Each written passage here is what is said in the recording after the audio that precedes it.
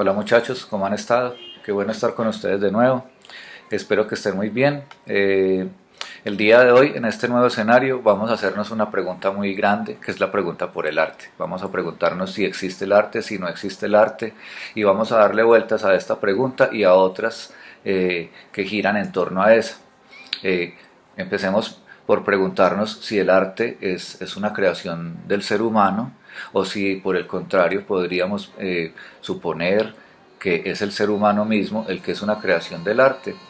¿El arte es imitación o imita a la naturaleza y a la vida? ¿O es por el contrario la vida la que termina imitando al arte? Como suele suceder muchas veces, por ejemplo, cuando la ciencia ficción se anticipa a cosas que posteriormente vamos a terminar viviendo. En fin, como les digo, vamos a darle vueltas a un montón de preguntas y vamos a dejar sembrada la pregunta por el arte en sí mismo, que es una pregunta que creo que vale la pena que nos hagamos durante mucho tiempo o durante toda nuestra vida si nos interesa el arte. Cuando nos preguntamos por el arte, esto nos implica preguntarnos desde dónde nos estamos parando a hacer esta pregunta, ¿cierto? Y dependiendo de esa postura que tomemos, el arte va a ser entendido o lo vamos a entender de una manera o de la otra. El arte va a ser una cosa o la otra. Aquí quiero traer simplemente una pequeña lista de algunas de las formas de las que podríamos eh, preguntarnos por el arte o en las que podríamos preguntarnos por el arte y en las que podríamos entender el arte, formas en las que podríamos decir esto es arte. Entonces, esto es una pequeña lista, no son todas las formas, sería demasiado pretencioso y demasiado extenso tratar de abarcar todas las formas en las que se puede entender el arte, pero esto es una pequeña lista tal vez de algunas de las formas más comunes en las que solemos entender el arte. Entonces, en primer lugar, podríamos preguntarnos o entender el arte como destreza o como técnica. Bueno, digo en primer lugar por poner un inicio, pero podríamos tener eso en cualquier orden. Entonces, bueno, el arte entendido como técnica o como destreza es uno de los temas que vamos a tratar de abarcar un poco el día de hoy. Entonces lo voy a dejar ahí, simplemente enunciado por el momento. También podríamos preguntarnos o entender el arte como expresión de manera particular de un sujeto, de un individuo, ¿cierto? De un ser. Esta también es una de las formas en las que a través de algunos de los ejemplos o de todos los ejemplos que vamos a ir viendo a través de esta presentación, creo que podemos ir también, digamos, entendiendo o viendo esa pregunta por lo menos expresada a través de diferentes manifestaciones. También podemos preguntarnos, entender por el arte como controversia, es decir, el arte desde una postura política o el arte como una actitud o una acción o un pensamiento político. En esta, digamos, postura o entender el arte desde esta perspectiva implica que dejemos de pensar en el arte simple y llanamente como búsqueda o producción de la belleza, que ahorita vamos a volver a ese punto. E implica entender el arte más como un acto de conciencia o un acto, digamos, social que tiene que ver con la cultura, con la sociedad y con el grupo de seres humanos al que trata de impactar o de afectar, digámoslo así. También podemos preguntarnos o entender el arte como mercado y como mercancía, y más en este tiempo, ¿cierto? En un mundo en el que vivimos, o en el mundo en el que vivimos, que es un mundo, digamos, regido por el capitalismo, por la idea del mercado. El arte también termina inserto en esta esfera y termina convertido él mismo en un mercado, ¿cierto? En el que se comercia con productos a los que se denomina como arte, y esos productos a su vez terminan convirtiéndose en mercancía, ¿cierto? En productos iguales al dinero o a cualquier otro de los objetos propios de la cultura, del mercado y del capitalismo, ¿cierto? Intercambiables, de hecho asimilables al dinero. Muchas veces el arte es comprado por las personas simple y llanamente para tener en ellos una inversión a futuro y un dinero, digamos, que vaya creciendo con el tiempo. Entonces el arte también termina muchas veces inmerso en estas lógicas. El arte también lo podemos entender como lenguaje o como comunicación, ¿cierto? Es decir, el arte tiene un mensaje, trata de transmitir ideas, el artista trata de comunicarse a través de la obra, o no, porque en algunas ocasiones el arte o el artista ha buscado precisamente todo lo contrario, la idea de no comunicar, de no transmitir, pero incluso allí entonces estaría preguntándose por la cuestión del arte como un lenguaje, ¿cierto? Como una forma de expresión o de comunicación. También podemos entender el arte como una búsqueda y construcción de la belleza. Esta también la vamos a ir viendo un poco y cuestionando también a lo largo de esta presentación o de esta pequeña charla. Eh, esta es una de las versiones en las que más hemos entendido, digamos, a lo largo del tiempo, y culturalmente seguimos todavía muy parados a veces allí, ¿cierto? Entendemos el arte como lo que es bello o como esa búsqueda o esa construcción de la belleza o del ideal de belleza que vayamos teniendo, porque, pues, aunque de la belleza vamos a hablar más adelante en el curso, o en otro momento más bien que más adelante, también está claro que la belleza, digamos, podemos decir de entrada, ha tenido diferentes formas de ser entendida. Y por último pongo aquí en esta lista el arte entendido como imitación. Esta es una forma en la que también vamos a detenernos en algún otro momento en el curso, entonces hoy simplemente la quiero enunciar. Es la idea de que el arte es básicamente mímesis, imitación o copia de la naturaleza. Y quiero que en otro momento del curso nos detengamos allí y pongamos en cuestión o en crítica esta idea, entonces hoy simplemente la denuncio. Bueno, entonces esa pregunta de si existe el arte eh, nos lleva a preguntarnos qué es, ¿cierto? Si el arte existe, si hay algo a lo que podemos llamar arte, más allá de si es producto humano o no, o si el ser humano es producto de él, nos lleva a preguntarnos entonces qué es el arte en sí. Aquí, como ven, estoy tratando también de señalar algo al encerrar la palabra él entre paréntesis. Entonces, es como la idea de formular esta pregunta de dos maneras distintas. Por un lado, podemos preguntar qué es el arte, entonces estamos preguntando por la idea de arte, ¿cierto? En términos universales, generales o, digámoslo, aunque valga la redundancia, ideales, ¿cierto? La idea del arte más allá de cómo se exprese, ¿cierto? ¿Qué es el arte en sí mismo? Pero si yo pregunto qué es arte, entonces también ahí ya puedo estar empezando a preguntar, bueno, qué tipo de objetos o de manifestaciones o de cosas son las que considero que se pueden llamar arte, ¿cierto? Y cuáles entonces ya son las expresiones a las que se llaman arte. Entonces esa pregunta ya va en doble vía. Pero esto también nos lleva, y esto quiero hacerlo pues a lo largo también del curso en los diferentes módulos, a ir, digamos, eh, dando ciertos caminos entreverados que no son necesariamente cronológicos. Entonces, hoy en día, ¿cierto? Para no creer que esta pregunta por el arte tampoco tiene un sentido histórico, hoy en día, cuando nos preguntamos qué es el arte, nos surgen por lo menos otras dos preguntas, ¿cierto? Que a veces pueden parecer que terminan teniendo más peso o más importancia a la hora de que algo se entienda como arte o no. Y esas preguntas son, ¿cuándo es arte o cuándo es el arte? ¿Cierto? Esta es una pregunta que, digamos, tiene que ver con la temporalidad, en qué momento algo se considera arte.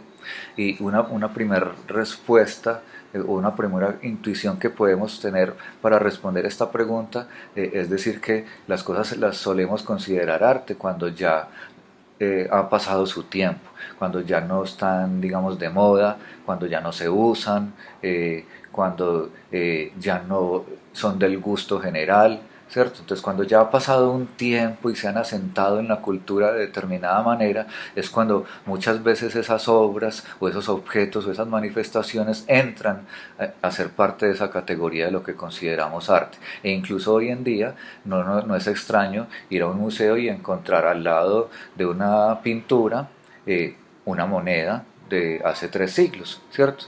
Y hoy en día, pues el billete que usamos para ir a comprar las cosas en el supermercado seguramente no lo consideramos un objeto más valioso que lo que vale para intercambiarlo por X cosas, ¿cierto? No lo consideramos una obra de arte en sí mismo. Entonces el tiempo va haciendo que las cosas que tal vez en un principio no fueron ni consideradas arte, ni siquiera pensadas como con la intención de ser arte, terminan convirtiéndose en arte. Y por el otro lado, estaría la pregunta, ¿dónde es arte o dónde es el arte? ¿Cierto? Esto nos lleva un poco a preguntarnos también entonces por las instituciones del arte, ¿cierto? El poder también tiene una cabida en el mundo del arte, por más que los artistas suelan ser entendidos como personas rebeldes, que no siguen normas. El arte también termina teniendo unas normativas, ¿cierto? Y también termina siendo una institución con poderes establecidos. Entonces las cosas son arte dependiendo del lugar también en el que estén ubicadas, ¿cierto? Entonces si una pintura está en la sala de la casa de mi amigo, al que conozco de toda la vida y que simplemente es mi amigo y ya, tal vez es una pintura más que hizo mi amigo, que tiene como hobby o como pasatiempo pintar o dibujar. Pero si esa misma pintura está expuesta en un museo o en una galería, entonces inmediatamente la vemos ya como obra de arte, ¿cierto? Y la tratamos de entender en ese universo, y no simplemente como una pintura o como un dibujo, sino que le damos ya esa categoría de arte. Entonces, el lugar también va a influir y tiene que ver, insisto, con esta idea de la institucionalidad del arte, por lo menos en parte. Y se va a ver también expresado de otras maneras, ¿cierto? No solamente pues en el sentido de si está en un museo o en la calle, porque también en la calle podemos encontrar expresiones artísticas, y entonces no estoy diciendo que solamente lo que está en los museos o en las galerías se considera arte, pero tiene que ver con estas cuestiones, insisto, de la institución y del poder que está ahí también ejerciéndose.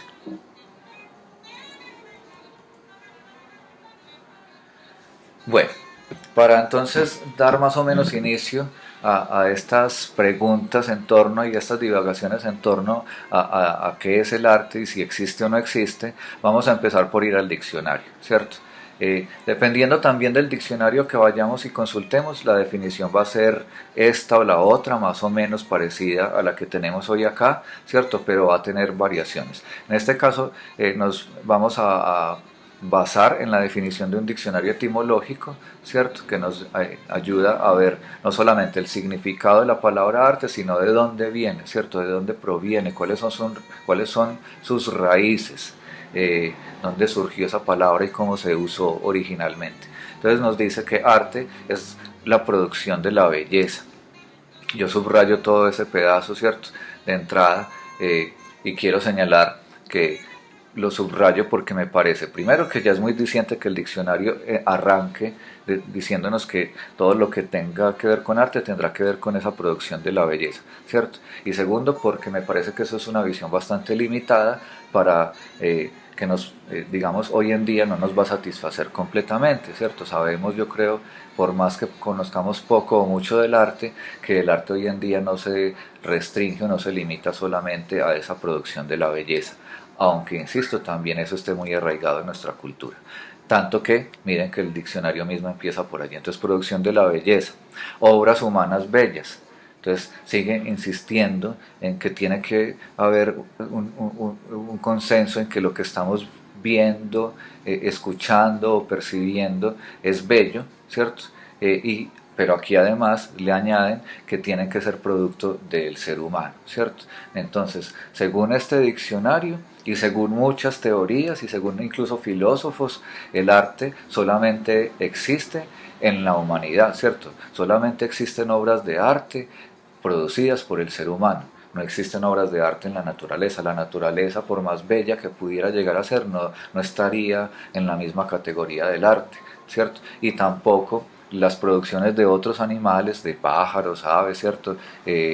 O de un castor, estarían tampoco en esa categoría de arte, ¿cierto? Porque no son producto de este animal al que llamamos ser humano. Entonces esto también es una visión bastante restringida y que hoy en día se ha revaluado bastante, ¿cierto? Ya hoy en día creo que algunas personas por lo menos han dejado de presumir la idea de que el arte o incluso que la cultura son exclusivas de la humanidad y del ser humano.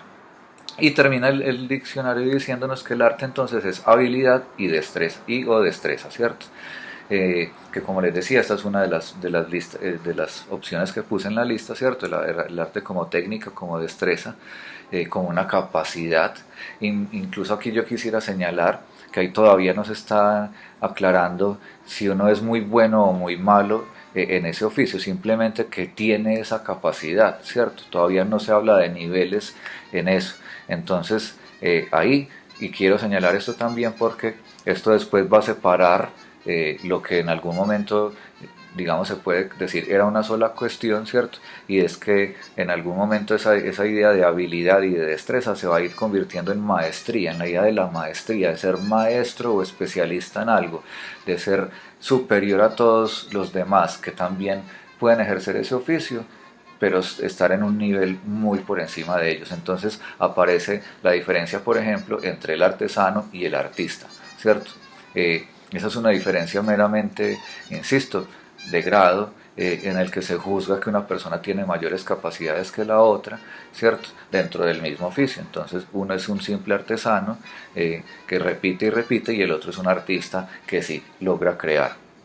Entonces esto también tiene pues, esa idea pues, del artista como el genio y como el que nos supera en capacidades, se desprende un poco de esta idea de que el arte es esa habilidad, ¿cierto? Y eso también nos pone, digamos, algo sobre la mesa que podemos de entrada también poner, discutir o poner allí, y es que el arte ahí tampoco es necesariamente ya un producto, ¿cierto? Una obra, un cuadro, una escultura, una canción, un poema, sino que es la habilidad que la persona tiene, ¿cierto? No lo que ella hace necesariamente, sino cómo lo hace, ¿cierto? Esa capacidad para hacerlo. Cuando ya nos va el diccionario y nos remite la etimología, nos dice que la palabra arte proviene del latín, ¿cierto? O sea, esa palabra que nosotros hoy utilizamos para hablar del arte, sepamos o no sepamos a qué nos estamos refiriendo exactamente, proviene del latín, ¿cierto? Del latín artem, que es el acusativo de ars, y este a su vez es radical de art, que significarían o que sí, que querían decir en su momento cuando se utilizaba esta lengua, habilidad, destreza u oficio, ¿cierto? Lo mismo que nos está diciendo hoy en día también la palabra arte, entendida entonces como esa capacidad, ese oficio. O sea, yo sé hacer sillas, entonces soy artista de las sillas, ¿cierto? Yo sé hacer tortas, entonces soy artista de las tortas o de la repostería. Como les digo, ahí todavía no se está entrando a juzgar cuáles son artes con mayúscula y cuáles son artes con minúscula, cuáles son artes en el sentido de esas obras excepcionales de la humanidad y cuáles son artes en el mero sentido de oficio, ¿cierto? A las que no valoramos de la misma forma. Entonces viene pues de esta idea, ¿cierto? De habilidad, destreza o de oficio. Y a su vez ese latín artem o art o ars vienen de una lengua más o menos inventada que en los diccionarios aparece como indoeuropeo y la raíz indoeuropea de la que provendría sería arti o arti, ¿cierto? Que significa o significaría la acción de ajustar o de encajar. Entonces seguimos otra vez en esa idea o en esa lógica de que más que una obra, que un producto, es una acción, es un verbo, ¿cierto? Es el proceso mismo, ¿cierto? Y el conocimiento de ese proceso, ¿cierto? El que sería considerado como arte, esa acción. Y esa palabra entonces está compuesta de el prefijo ar, que significa ajustar o encajar, ¿cierto? O sea que el arte tiene que ver con encuadrar, con poner una cosa y que encaje en determinado espacio, en determinado contexto, ¿cierto? Eh, y de ahí provienen palabras como arma, más el sufijo ti, ¿cierto? Que forma sustantivos abstractos a partir de verbos, ¿cierto? Entonces, lo que es un verbo, una acción, ¿cierto? Esa acción, esa capacidad que tiene una persona, ese conocimiento de unos pasos, de unas normas, de unas secuencias para llegar a un fin, ¿cierto? Pasa a convertirse en un nombre, ¿cierto? En un sustantivo al ponerle ese sufijo ti, ¿cierto? Entonces ya no es un verbo, ya es un nombre propio, entonces ya es arte con mayúscula, digamos, ¿cierto? Como quien escribe su nombre, Andrés o Daniela o Federico, ¿cierto? es arte. El arte ya no como verbo, sino como sustantivo, ¿cierto? Como una cosa. Y es allí donde empieza también entonces, podría decirse, a generarnos conflictos y preguntas sobre qué es y qué no es eh, posible de considerarse como arte. Bueno, esta es una pintura, o más bien son dos pinturas, es un díptico hecho por Alberto Durero, un pintor alemán más o menos del Renacimiento, son Adán y Eva, ¿cierto? Y esto lo pongo simplemente como ejemplificación, digamos, de esa definición del diccionario, ¿cierto? Esto es entendido o lo podemos entender como arte porque cumple con todas las condiciones que nos decía el diccionario, ¿cierto?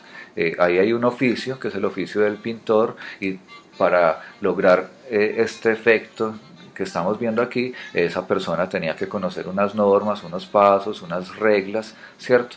Que además ejecuta con maestría, ¿cierto? Entonces, como les digo, ya se diferencia también del artesano, pero además busca la producción de la belleza y además incluso, digamos que culturalmente e históricamente ya hemos aceptado que esto es bello, ¿cierto? Tanto es así que está expuesto en el Museo del Prado, ¿cierto? Entonces, como les digo, esto es una ejemplificación, digamos, de esa concepción de arte, en ese sentido, digamos, todavía muy restringido, o tal vez también puede ser muy amplio dependiendo de cómo se entienda, pero se ha ido convirtiendo en algo muy restringido del arte como habilidad, como destreza y como producción de la belleza.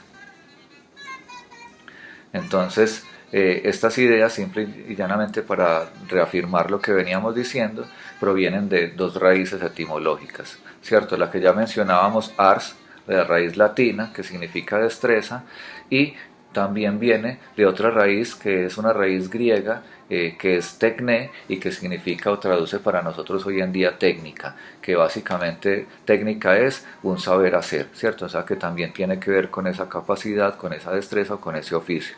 Entonces son dos raíces diferentes, las diferencio y las señalo simplemente para demarcar también que la palabra que utilizamos como arte hoy en día tiene un origen, digamos, tardío, ¿cierto? Para los griegos, por ejemplo, esa palabra no existía, no existía un equivalente exacto a la palabra que nosotros hoy en día utilizamos como arte. Existía la palabra técnica o tecné por un lado, existía la palabra poética por otro, que sería la producción, ¿cierto? Poiesis, existían otras palabras, ¿cierto? Eh, pero no propiamente la palabra arte. Entonces, como para señalar un poco esta cuestión y remarcar que por ahí tal vez es como el origen de la reflexión en torno a lo que se considera arte, todavía antes incluso de esa producción de la belleza o de esa persecución de la belleza. Bueno, entonces, si nos centramos un poco en esas ideas de técnica y de habilidad y también de la búsqueda de la belleza y lo ponemos, digamos, una obra como estas a juicio, la sometemos a juicio a partir de esos criterios, ¿qué podríamos decir? Podríamos decir entonces que esto no es una obra de arte, ¿cierto? Primero, no encaja dentro de los cánones ni los patrones de lo que consideramos belleza y yo creo que nunca se ha considerado como bello, aunque el artista lo haya pintado, ni siquiera él lo pintó buscando exactamente un ideal de belleza, estaba buscando otros ideales y estaba haciéndose otras preguntas, pero además, ¿cierto? Pareciera ser una pintura fácil de hacer, ¿cierto? Con poca técnica. También hoy en día sabemos que Pablo Picasso, que es el autor de esta obra, ¿cierto? De las señoritas de Aviñón, era un artista, bueno, y se supo desde su momento, ¿cierto? Que era un artista con muchas habilidades, capacidades técnicas y que no hacía esto pues por no ser capaz de hacer otras cosas, ¿cierto? Sino que había una búsqueda allí. Pero si juzgamos esta obra bajo esos parámetros, insisto, pues entonces no la consideraríamos arte. Y sin embargo, la consideramos arte casi que, digamos, universalmente, ¿cierto? Seguramente muy pocas personas la considerarían algo que no fuera una obra de arte. Y de hecho, pues volviendo al asunto de las instituciones, esto está pues expuesto en un museo. Y más aún que esa obra de Picasso, pues tendríamos mucho que preguntarnos o que decir de una obra como esta, ¿cierto? Esto que está firmado por un artista que es Cy Twombly. La obra pues no lleva ningún título. Si no lo viéramos expuesto en un museo, ni tuviera en este momento, en esta presentación, esta referencia, tal vez no lo equipararíamos como con una obra de arte, ¿cierto? Ni nos imaginaríamos que estuviera expuesto o que fuera parte de la historia del arte, ¿cierto? Tal vez lo relacionaríamos con el dibujo de un niño, ¿cierto? Con los rayones o las manchas que puede hacer un niño, pero no con una obra de arte, no le daríamos esa categoría, ¿cierto? Le daríamos, insisto, tal vez la categoría de dibujo o de pintura o de manchón, pero no de obra de arte. Con esto no estoy queriendo decir que no me gusten este tipo de obras o que no las considere obras de arte, sino insisto que el arte ha empezado desde hace por lo menos un siglo para acá, ¿cierto? O más ya de un siglo, desde la modernidad hacia acá, ha empezado a cuestionar esa idea, digamos, hegemónica de la belleza y de la persecución de la belleza. Bueno, esta es una obra muy bella, ¿cierto? Que también la traigo para ejemplificar un poco estas cuestiones de técnica, de habilidad e incluso de belleza, ¿cierto? Esta es una obra construida entre dos personas, entre Andrés y Valentina Layos. No sé si la obra se llame Gato, le puse simplemente ese nombre, pero sé que pertenece a una serie que se llama Creciendo Juntos. Andrés es un artista plástico de la ciudad de Medellín, que aparte de dibujo pues también hace instalación y otro montón de cosas, y Valentina es la hija de Andrés. Y desde que Valentina estaba muy pequeñita, ella creo que en este momento es una adolescente, pero desde que estaba muy pequeñita empezaron a hacer este tipo de ejercicios, yo creo que con más pretensiones que el simple producto, digamos, entre comillas, artístico, tiene pretensiones sentimentales, afectivas, de vínculos entre personas, entre padre e hija, ¿cierto? Y vamos mucho más allá, insisto, de esas persecuciones tan restringidas como una habilidad o como una búsqueda de la belleza. Pero aún así nos sirve perfectamente para ejemplificar eso, ¿cierto? Por un lado esa cabeza tan perfectamente hecha que casi que uno a veces duda si es un pedazo de fotografía pegada, ¿cierto? Y por el otro el cuerpo tan toscamente producido, ¿cierto? Tan toscamente dibujado y pintado, que contrasta evidentemente con la cabeza del gato. Entonces están esos dos, digamos, polos opuestos allí de la técnica, pero en los dos hay técnica.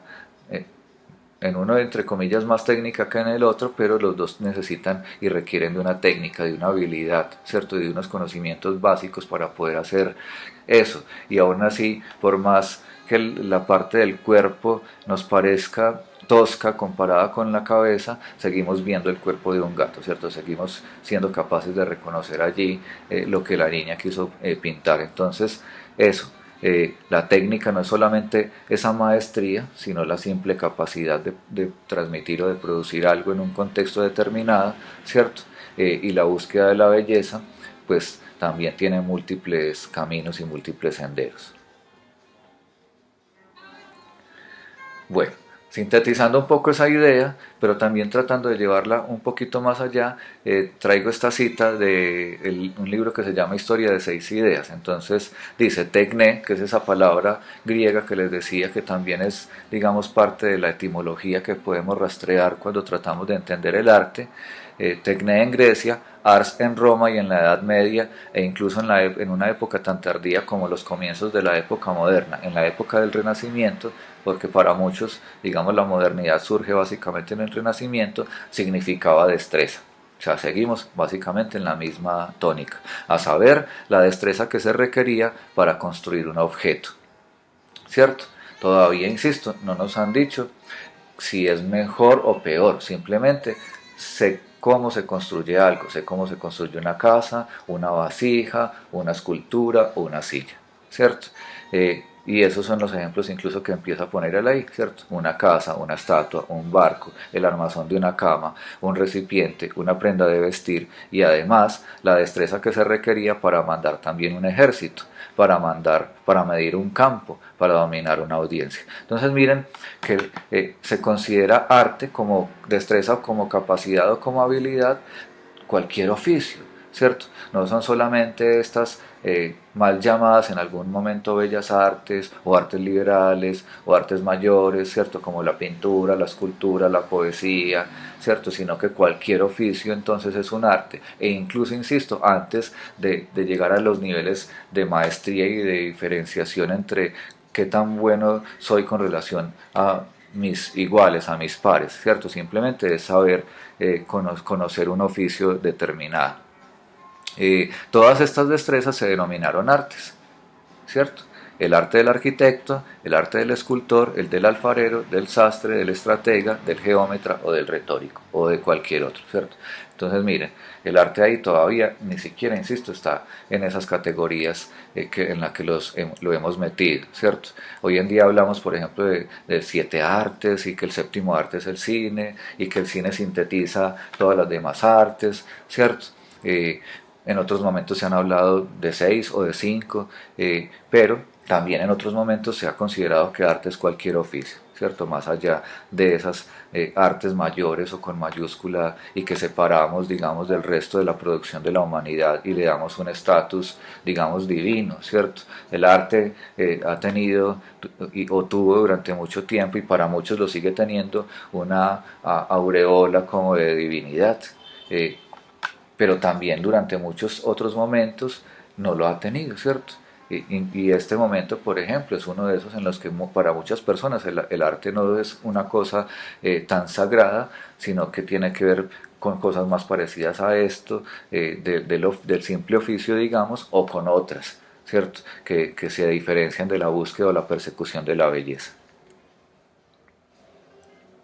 Entonces, bueno, simplemente algunos ejemplitos, no nos vamos a demorar mucho en cada uno de ellos, de eso, ¿cierto? Entonces esto es arte simple y llanamente porque es una escultura y se hizo siguiendo las reglas de cómo se construye una escultura, de cómo se hace, ¿cierto? De qué herramientas tengo que usar, cómo tengo que golpear la piedra, qué cosas puedo y qué cosas no puedo hacer, ¿cierto? Antes incluso de que la consideremos bella, hermosa, fea, sublime, antes de que la pongamos en un museo y le demos un estatus diferente al del resto de objetos que podemos producir como seres humanos. Antes de todo eso ya es arte.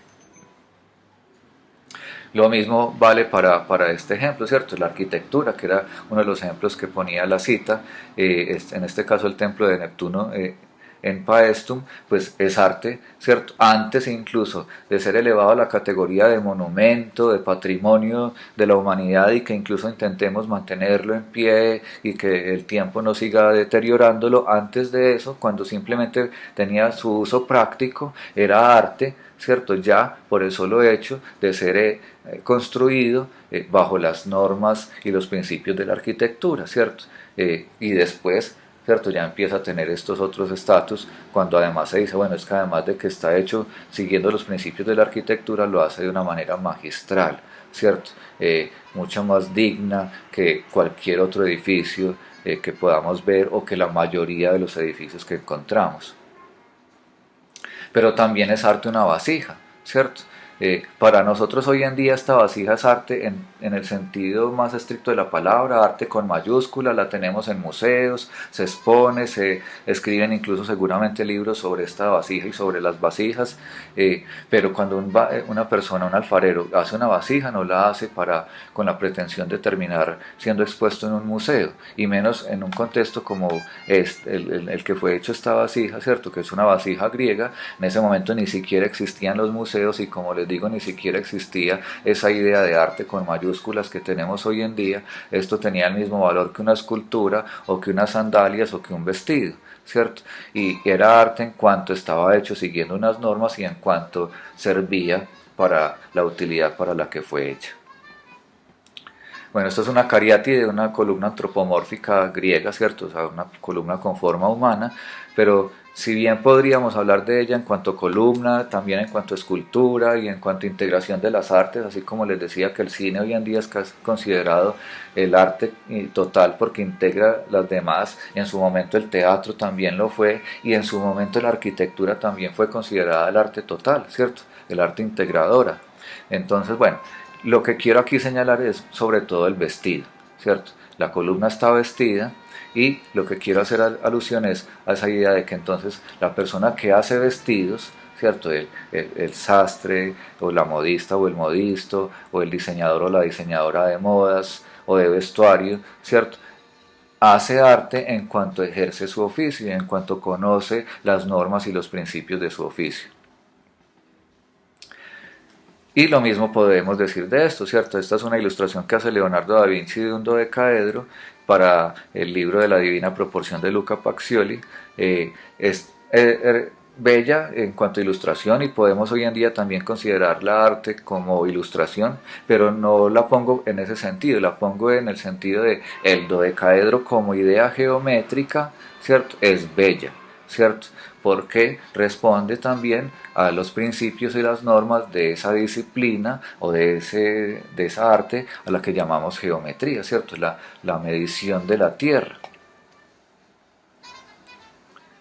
Y esto que es una escultura que representa un soldado caído en batalla, ¿cierto? Lo pongo también en el sentido no de la escultura como escultura, sino de haciendo alusión al soldado, ¿cierto? Entonces, como decía también un poco en la cita, ¿cierto? Si cualquier oficio entonces es un arte, entonces está el arte de la guerra, ¿cierto? Y de hecho a la guerra en muchos contextos se le ha llamado arte. Entonces habría que empezar aquí a pensar que si la guerra es un arte, ¿cierto? Una de sus expresiones es el homicidio y la mutilación, ¿cierto? Entonces aquí también empiezan a entrar de pronto un poco, o me sirve esto a mí como excusa para mencionar que el arte también tiene unos componentes éticos y morales, ¿cierto? Y que eso también nos puede sesgar a la hora de considerar una cosa arte o no considerarla arte, ¿cierto? O nos puede también llevar a expandir el concepto a otro montón de territorios, ¿cierto? Y a considerar arte, otra vez, insisto, cualquier forma de expresión humana por el momento. Bueno, como les digo, las formas de definir arte podrían ser infinitas, ¿cierto? Acá solamente quiero que veamos algunas y dejarles pues como la semilla de que ustedes también se pregunten cómo definirían ustedes mismos el arte y qué es para ustedes arte, ¿cierto? Eh, entonces la filosofía también tiene muchas definiciones del arte y cada filósofo tiene su propia definición de arte. Si le preguntáramos a Federico Nietzsche qué es arte, seguramente entonces nos respondería de una manera y nos hablaría de lo dionisíaco y lo apolíneo y la oposición entre lo ordenado y lo caótico, ¿cierto? Si le preguntáramos a Hegel sobre el arte, nos respondería otra cuestión. Si le preguntáramos a Platón sobre el arte, nos respondería otra cosa. Incluso nos respondería que para él el arte es una de las peores expresiones del ser humano, ¿cierto? Pero yo quiero como compartirles en particular esta visión que es la de Martin Heidegger, porque considero también desde mi perspectiva personal que es una de las formas de entender el arte desde la filosofía que más ha terminado afectando la manera en la que hoy entendemos el arte, ¿cierto? Y en la que muchos artistas desde la modernidad hasta nuestro tiempo han entendido y entienden el arte. Entonces aquí tengo, digamos, como estas dos columnas en las que trato de sintetizar dos de las formas en las que entiendo que Heidegger se expresaba a la hora de definir el arte. Entonces, por un lado dice el arte como un llevar a obra y por el otro dice el arte como un desocultamiento del ser. Entonces, del lado del arte como un llevar a obra, estaríamos, digamos, implicando, ¿cierto? Con esta expresión que el arte es un movilizar, un poner en marcha, o más bien nosotros no, Heidegger estaría implicando que el arte es un movilizar, un poner en marcha, un saber hacer.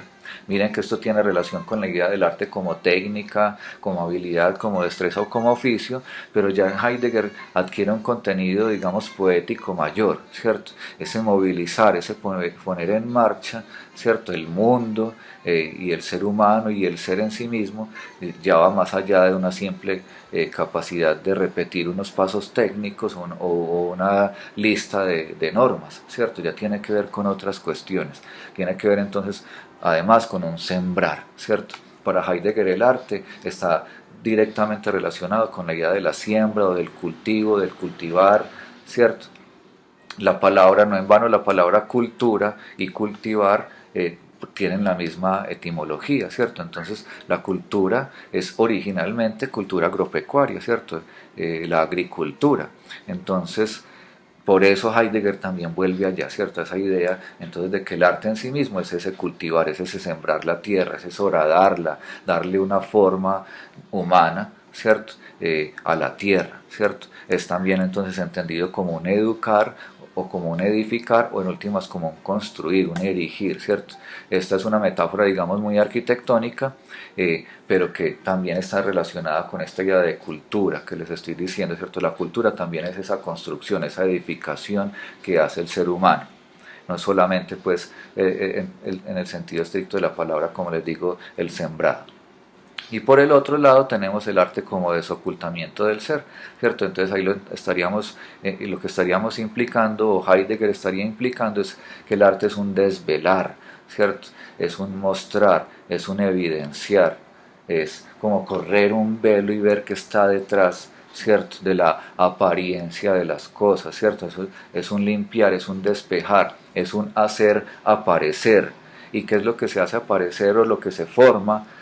La verdad, ¿cierto? Es una búsqueda, entonces el arte en este sentido heideggeriano es una búsqueda o una persecución ya no de la belleza, sino de la verdad. ¿Y la verdad de qué? La verdad del ser, la verdad que se oculta detrás del ser. Entonces el arte sería una forma en la que el ser humano trata de mostrar y demostrarse a sí mismo y a los demás, ¿cierto? La esencia, la verdad del ser, ¿cierto? Como les digo, desvelar, descorrer la apariencia de las cosas y mostrarnos su esencia, su realidad.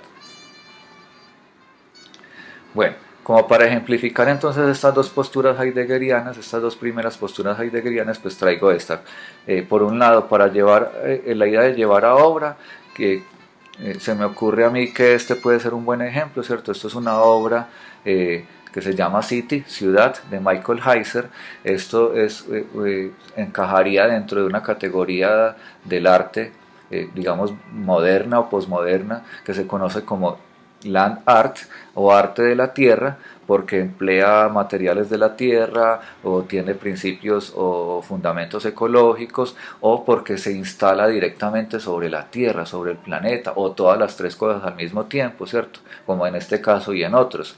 Entonces, esto es un llevar a obra en muchos sentidos, en los literales y en los, digamos, figurados, ¿cierto? Es un llevar a obra porque implica construir, implica mover materiales, porque esto está en la mitad del desierto, entonces implica llevarlos hasta allá, pero también es un llevar a obra en el sentido de que trae o evoca las construcciones, digamos, de la arquitectura primitiva. Pareciera, por ejemplo, que esto podría estar alineado con ciertas cuestiones solares o lunares, como las construcciones del pasado. También podría evocar un cierto templo. Entonces también lleva a la obra en el sentido de que a nosotros como, digamos, espectadores o partícipes activos, porque tenemos que recorrerla como tal, ¿cierto? Esta obra nos pone en ese, ¿cierto? Nos lleva también a obra nosotros, ¿cierto? En ese reflexionar sobre quién es el ser humano, por qué está puesto esto allí, qué función tiene, esto es un templo o es simplemente una escultura, en fin.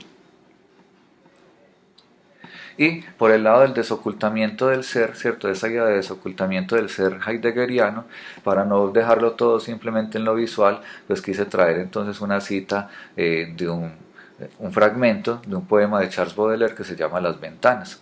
Y entonces dice Baudelaire allí, quien desde fuera mira a través de una ventana abierta jamás ve tantas cosas como quien mira una ventana cerrada.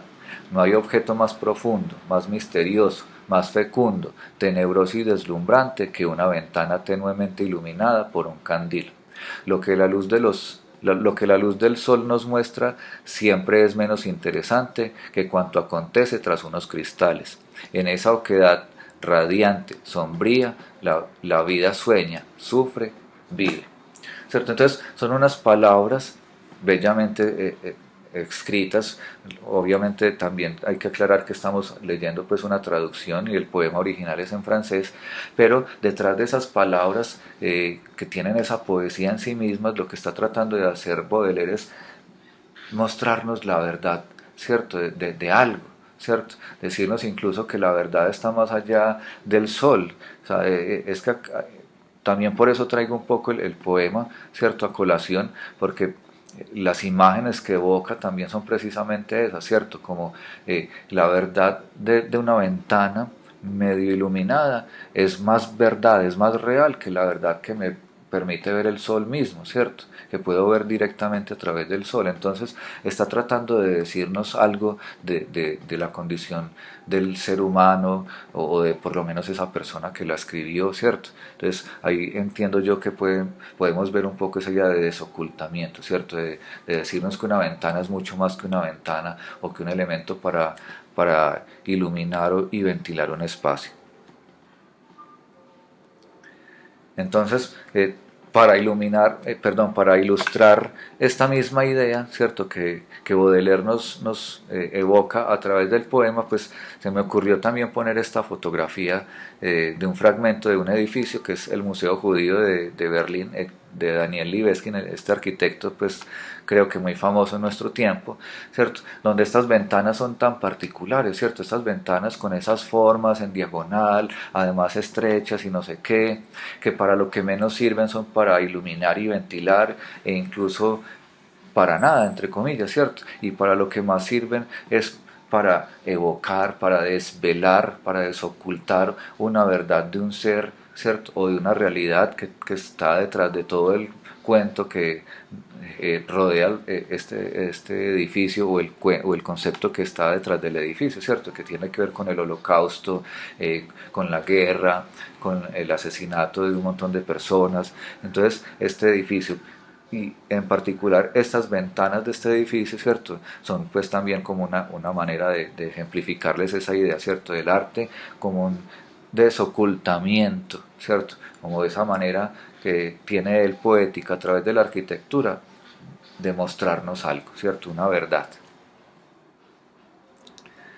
Bueno, para Heidegger también podríamos decir que otra definición que da Heidegger del arte se podría sintetizar en controversia, ¿cierto? Controversia, esta palabra pues está compuesta por esas dos raíces, contra, enfrentamiento o enfrente, y versus, ¿cierto? O versia, que viene de versus, que significa verter o dar vueltas. ¿Cierto? Entonces el arte también busca el dar vueltas en torno a algo, ¿cierto? Generar controversia también en torno a algún tema, por ejemplo, o una controversia, un darle vueltas en torno a un espacio, ¿cierto? En este caso, en el sentido literal de la palabra, la imagen que estamos viendo, que es también un ejemplo de land art de Robert Smithson en este caso, y una obra que se llama Espiral, pues es literalmente algo que da vueltas, ¿cierto? Que genera como ese enroscarse en sí mismo, pero además da vueltas en el paisaje y genera un paisaje circular. Aprovecho también entonces esto para mencionar que de paso esto también lo veremos de otras maneras en otros módulos. A veces se ha dicho que el arte no tiene ninguna funcionalidad, ¿cierto? Que una de las características del arte es que no sirve para nada, que los objetos que produce son solamente bellos, ¿cierto? Y sobre todo se dice eso del arte cuando se lo reduce a esa búsqueda y persecución de la belleza o esa construcción de la belleza.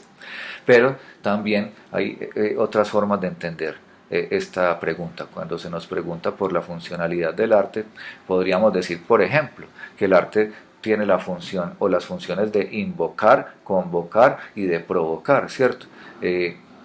Invocar es traer a, ¿cierto? Traer como a la presencia o a la memoria algo, ¿cierto? Convocar es precisamente como agrupar, ¿cierto? Ponernos a todos, digamos, hacernos sentir como un grupo, como una comunidad, ¿cierto? Entonces el arte tiene esa capacidad de cohesionarnos, de generar sociedad, cultura, grupo, ¿cierto? Pero también tiene esa función o esa capacidad de provocar, ¿cierto? De incitar a, de cuestionar. Entonces miren que el arte, cuando dicen que el arte no tiene ninguna función, es de nuevo una visión bastante reduccionista de lo que es el arte o de lo que puede llegar a ser. Bueno, el arte entendido como controversia, ¿cierto? También es esa controversia con el espacio en sí mismo, y esto es pues heideggeriano absolutamente, ¿cierto? Heidegger lo que va a decir es que el arte, sobre todo la escultura, el arte plástica, genera una controversia con el espacio, un diálogo con él en el que le da vueltas y vueltas, ¿cierto? Entonces lo forma, lo conforma de alguna manera, ¿cierto? En esa controversia y en esa tensión que hay entre ese cuerpo escultórico en este caso y el espacio en el que está instalada. En particular es una escultura de Richard Serra que además está dentro del Museo Guggenheim de Bilbao de Frank Gehry, ¿cierto? Entonces ahí de entrada ya hay una controversia entre la arquitectura y la escultura y nos podría incluso generar la pregunta de quién inspiró a quién, ¿cierto? Si el museo inspiró las formas de la escultura o si la escultura inspira a las formas del museo, y no en vano les comento pues que Frank Gehry, que es el arquitecto del museo, y Richard Serra son amigos, son amigos íntimos y se han influido mutuamente en sus obras. Entonces la pregunta es válida pues realmente. También podemos decir, esto ya es una postura, digamos, si bien parte un poco de Heidegger, pero es una postura ya un poco más personal, que el arte le da forma al espacio haciéndolo un lugar, ¿cierto? Y a su vez el espacio le da forma al arte dándole un lugar. Entonces es una controversia en el sentido de que es un diálogo, ¿cierto?, entre el espacio y el arte, como podemos ver en este ejemplo hermosísimo de una escultura de Eduardo Chillida que se llama El peine del viento, y es precisamente eso, ¿cierto? Esa escultura le da forma al lugar, al espacio, perdón, ¿cierto? Y al darle forma deja de ser un simple espacio y lo convierte ya en un lugar, ¿cierto? Pero a la vez ese espacio le da forma al arte, ¿cierto? Propiciándole un lugar en el que ella pueda estar. Entonces es esa controversia entendida en el sentido pues de diálogo que conforma en los dos sentidos. Este es otro ejemplo de Eduardo Chillida, no me voy a detener porque sería básicamente la misma idea, ¿cierto? La idea de que el arte conforma el espacio y el espacio a su vez también le da forma a este. Entonces esta es una obra que no se construyó nunca, se llamaba Montaña Tindaya, ¿cierto? Y la idea era básicamente intervenir una montaña horadando su interior y construyendo una especie de catedral en el interior de esta.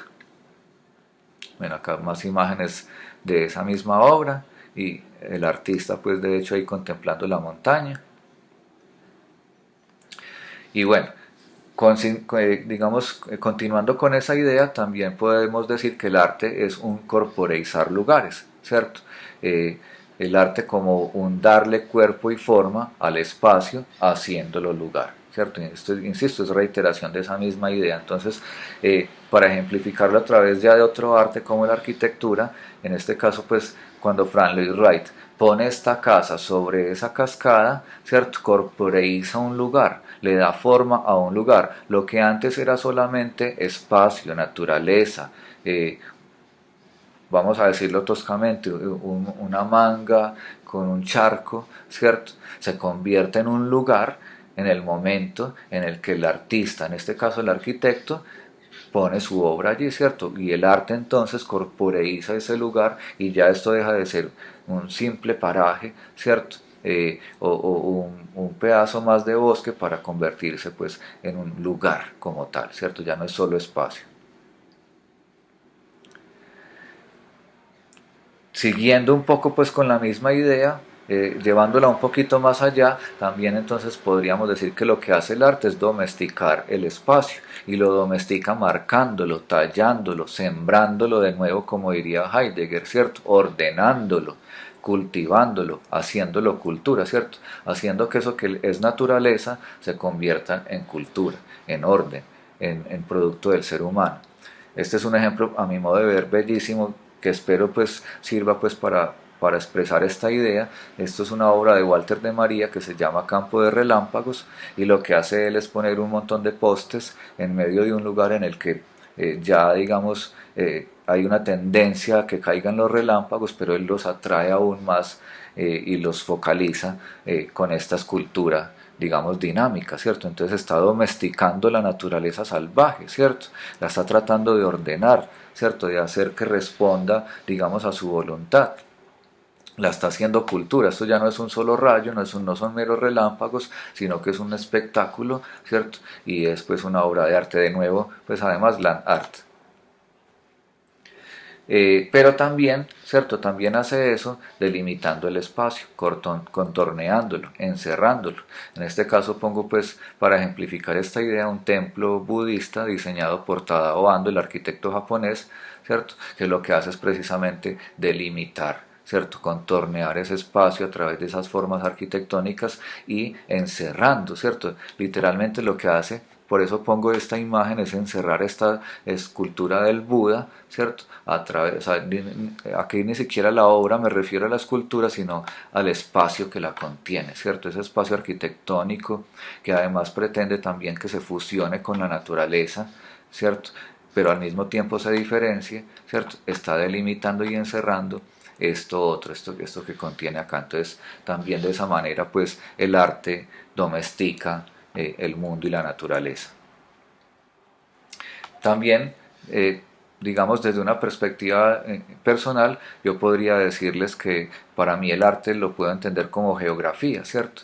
Y geografía, pues, ¿qué es eso? Es precisamente relieve, rugosidad, cavernosidades. Eso es para mí también una manera de entender qué es el arte, ¿cierto? Son intensidades que van cambiando, entonces el arte no es una cosa plana, uniforme, universal, verdadera, sino que es una construcción afectiva, ¿cierto? Telúrica, en la que hay, digamos, incluso hay sismos, temblores que lo van transformando y modificando constantemente. Bueno, esta es una obra de Marcel Duchamp que se llama Etandones. Esto es uno de los principios o de los inicios del ensamblaje o de la instalación, ¿cierto? Y por añadidura, pues, de lo que hoy en día se conoce como arte conceptual. Bueno, en su momento Nietzsche en un libro exclamó algo que después la cultura transformó en esta famosa frase de Dios ha muerto, ¿cierto?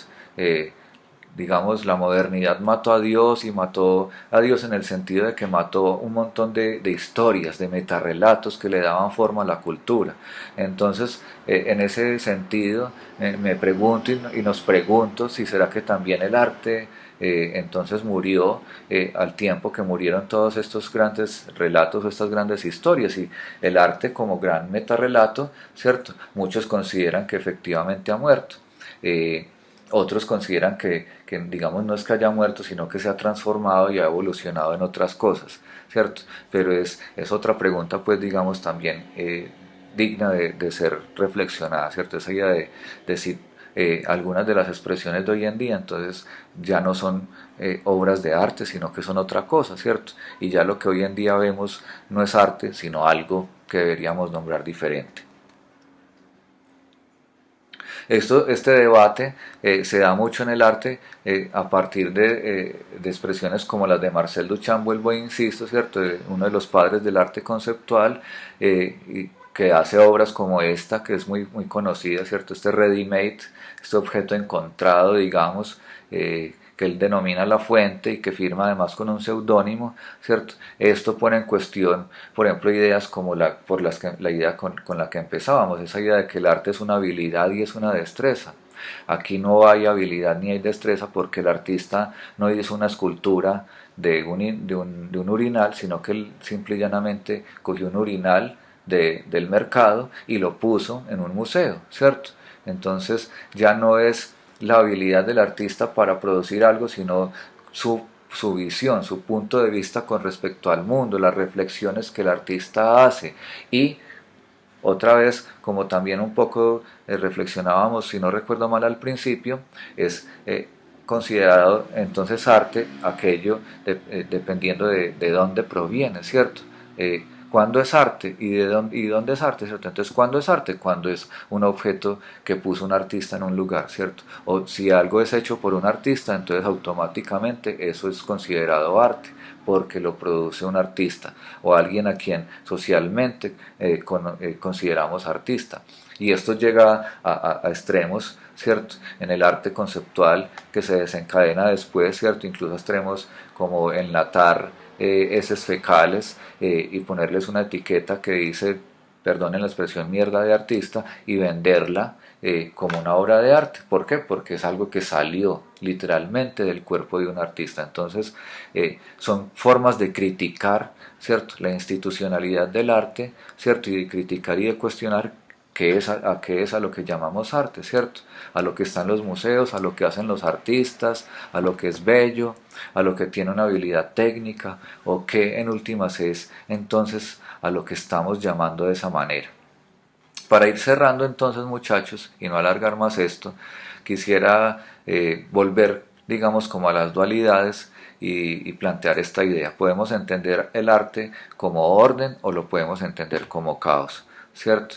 Podemos entenderlo como algo cerrado, algo quieto, estructurado, que está hecho, terminado, algo que tiene un centro y que configura una interioridad, ¿cierto? Un arte, digamos, en el sentido como de una institución, canónico, con expresiones claramente determinadas, con normas, digamos, irrompibles, ¿cierto? O podemos entender también por el otro lado, el arte es como un caos, como algo abierto o que más bien se está abriendo, o como un abrirse, como algo que se está moviendo, como algo que es fluido o que fluye, como algo que se está haciendo, como algo que está indeterminado, ¿cierto? Y que en lugar de estar en el centro permanece en la periferia o en el borde, ¿cierto? O en el exterior, o que configura más el afuera que el adentro, ¿cierto? Que también es una manera en la que se ha entendido el arte y el artista en algunos momentos, y es la idea de que el arte está en el borde, en la periferia, ¿cierto? Entre la cultura y el salvajismo, ¿cierto? Como ese circulito en el que yo estoy encerrado, ¿cierto? Ese bordecito sería el arte, el borde que diferencia el interior en el que yo estoy de todo el resto de la pantalla. Ahí estaría el arte, ¿cierto? Configurando eso que está en constante movimiento y en constante intercambio y en constante tránsito. Bueno, para ejemplificar entonces esto y para seguir, insisto, para cerrar el ciclo un poco, volviendo a la acción, traigo dos fotografías de dos espacios, digamos, opuestos en cierto sentido, ¿cierto? Y análogos también en otro sentido. Esta primera es la fotografía del estudio de Marcel Duchamp, este artista que les vengo mencionando. Vemos, lo que quiero señalar acá es que hay pocos elementos, ¿cierto?, que básicamente parecen estar dispuestos de manera ordenada, ¿cierto? Aunque parezcan algunas cosas extrañas, pero hay una limpieza en el espacio, ¿cierto? Incluso las paredes están limpias o se ven limpias, el piso también se ve muy uniforme.